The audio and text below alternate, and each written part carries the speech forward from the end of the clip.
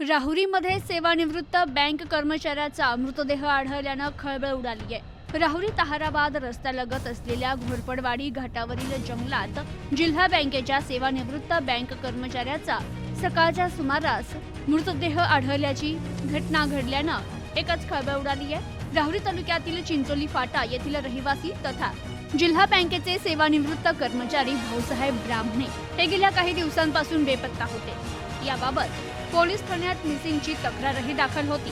दरम्यान घोरपडवाडी येथील जंगलात एक मृतदेह आढळला। स्थानिक नागरिकांनी राहुरी पोलीस ठाण्याच्या कर्मचाऱ्यांना संपर्क करून घटनेची माहिती दिली। त्यानंतर पोलिसांनी घटनास्थळी दाखल होत घटनेचा पंचनामा केला असता दुचाकी आधार कार्ड आढळून आलं। त्यावरून चौकशी केली असता संबंधित मृतदेह भाऊसाहेब ब्राह्मणे यांचा असल्याचं निष्पन्न झालंय। त्यानंतर नातेवाईकांना बोलावून ओळखही पटवण्यात आली। संबंधित मृतदेह शवविच्छेदनासाठी राहुरीतील ग्रामीण रुग्णालयात पाठवण्यात आला। या प्रकरणाचा पोलीस पुढील तपास करतायत। प्रतिनिधी राजेंद्र उंडे, न्यूज टुडे 24, राहुरी।